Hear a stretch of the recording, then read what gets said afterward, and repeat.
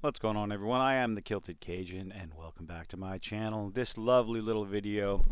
There's a movie that's coming out this year, not too long from now, that I was actually getting excited for. I've been gaming for the past 30 years, tabletop, video games. Well, video games a lot longer than 30 years, but tabletop, D&D, Shadowrun, Rifts, all the old pen and paper stuff.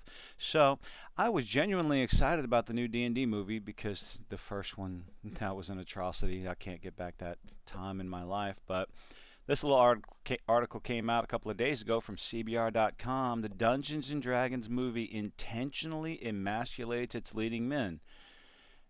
Now that looks like clickbait title to me. Unfortunately, it's not. And this lovely little lesson on how to kill the momentum of your movie or anything it possibly could have had.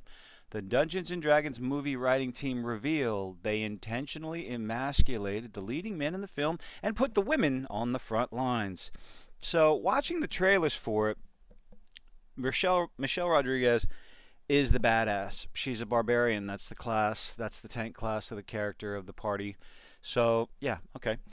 I believe Chris Pine's character is the thief. Thieves don't go on the front line. So the party dynamic that you can see in the trailers is, and the TV spots, it makes sense what the characters are doing, this, that, and the other. However, when you come out and do interviews like this and talk about what you're doing intentionally, I've said it before and I'll say it again. Sure, okay. I've been criticized. You have the right to say it as a director, as a writer, as an actor, or whatever. You have the right to say whatever the hell you want to, but you need to understand the ramifications of your words. Dungeons and Dragons, whether you like it or not, is predominantly male fan base. Action movies are predominantly male fan base. And you're going to come out and say, oh, we emasculated the male characters because we like it. It's not woke. You're going to alienate a good portion of your male audience, and they're just going to go, fuck it, I'm out. Same thing happened with the fucking Charlie's Angels movie. Come out, advertise, oh, this movie's not for you, don't go watch it. And 1 week later, the same website, same team comes out, why aren't men going to see this movie? Because you told us not to. Dungeons & Dragons Honor Among Thieves writing team John Francis Daly and Jonathan Goldstein revealed they intentionally emasculated the film's leading men, though not for wokeness. Nobody believes you. No one. Because you said it. Absolutely no one believes you. While speaking with Variety, Daly and Goldstein discussed how Michelle Rodriguez, who is a badass, my first memory of Michelle Rodriguez was in the original Resident Evil movie with Mila Jovovich, and she was hot and a badass, and I kind of anyway. Holga the Barbarian. Oh God. Well, no, I guess it's a D&D group, so Holga's yeah. And Sophia Lillis's Doric the Druid. Doric. Okay. Tend to engage in the front lines of both. Yes, the Druid, the Barbarian front lines. Druid, again, like I said earlier. Druid, shapeshift into an owlbear, which is apparently a controversy because you can't do it in the game, which that's not a controversy, that's clickbait. Compared to their male party members, quote, that was not an attempt at wokeness on our part. Again, nobody believes you. Goldstein said. Daly elaborated, saying, swear to God, it wasn't. Methinks he does protest too much. Or he does protest. Anyway, I got the quote wrong. We liked that Holga is the bruiser. It's because her party class, it doesn't matter.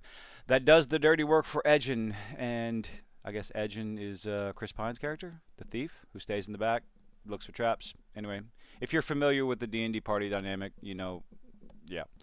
And he doesn't like to get his hands dirty. Yeah, but here's the problem. We also love emasculating leading men. Fuck off. We're tired of it. Article goes on. The D&D movies' male heroes aren't always heroic. Then why are they heroes? The way you talk about your movie is going to affect whether or not people are going to watch your movie. Let's continue. After reiterating that the reasons did not pertain to woke thinking, bullshit, the pair explained they wrote the men that way because they find it funny and fresh. You don't know what television is if you think emasculating a man for comedy in a TV show or a movie is funny and fresh. Sure, it might be funny if it's done right. Fresh? No, it's not fresh. You can go all the way back to the honeymooners. It's something that happened all the time. Alice emasculated Ralph numerous times. They argued, they bickered. She was pretty much the quote unquote she was the man of the house. However, the apartment, they lived in an apartment. However, by the end of the show, she always built him up no matter what mistakes he made, no matter how much he screwed up. Alice would always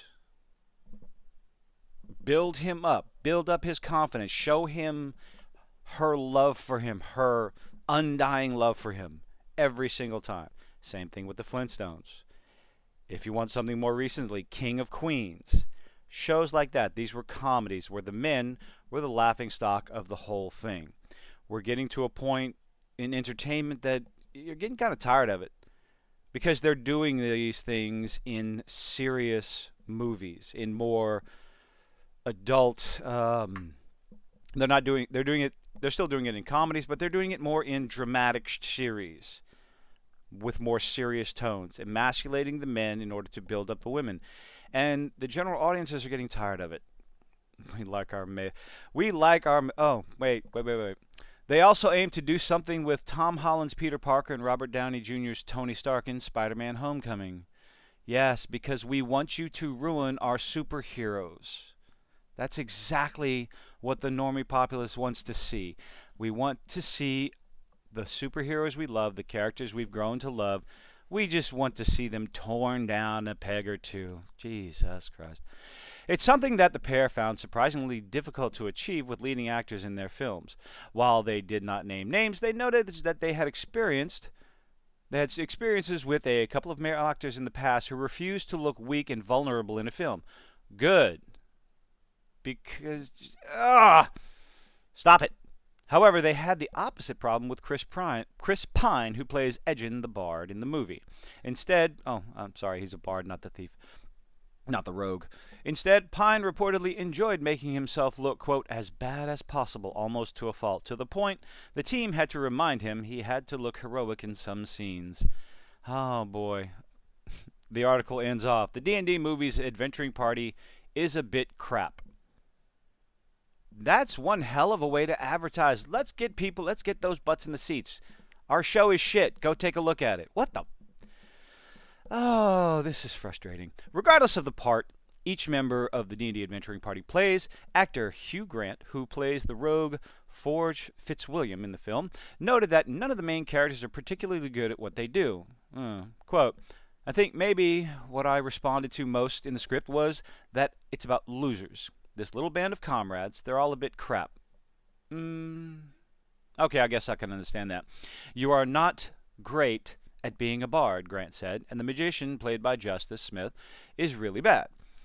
What do they call magicians in Dungeons and Dragons? Sorcerers. Oh, you don't play the game, do you? Oh, wizards and sorcerers, those are two different classes. A wizard has to memorize the spells at the end of the night. A sorcerer is able to pick out the spells from their brain anytime they want to, so many times a day, but they have access to less spells than a wizard does because of the process that they use to bring it out. At least that's what it was when I was playing. Yeah, that's a little nerd information for people who don't know, and apparently Grant doesn't know what he's talking about. He's not much good, and Michelle Rodriguez's character has been thrown out of whatever. And is still in love with her husband, who is in love with someone else. What? Michelle Rodriguez's character has been thrown out of whatever, and is still in love with her husband, who is in love with someone else. Okay. Anyway, Honor Among Thieves hits theaters March 31st, so in a month. Less than a month. This is the kind of advertising and marketing that can damage your show, whether you like it or not. They can say whatever they want to, but this kind of marketing damages your show. Like I said with Bella Ramsey and the actress that played Riley in the last episode, the actress came out and said, if you don't like it, don't watch. Like, just because you can doesn't mean you should. You're too worried. You were too worried about whether or not you could. You didn't think to worry about whether or not you should. I was excited for this movie. It was one of the few movies I was interested to go see at a theater. I'm not sure if I will. I do still plan on watching the movie because I am an old school gamer. And every single trailer that has come out, all the TV spots, make it look like a genuine, looks like my old Friday night weekend D&D groups. And it brought back some nostalgia. So, who knows? Maybe I'll go watch it. Maybe I won't.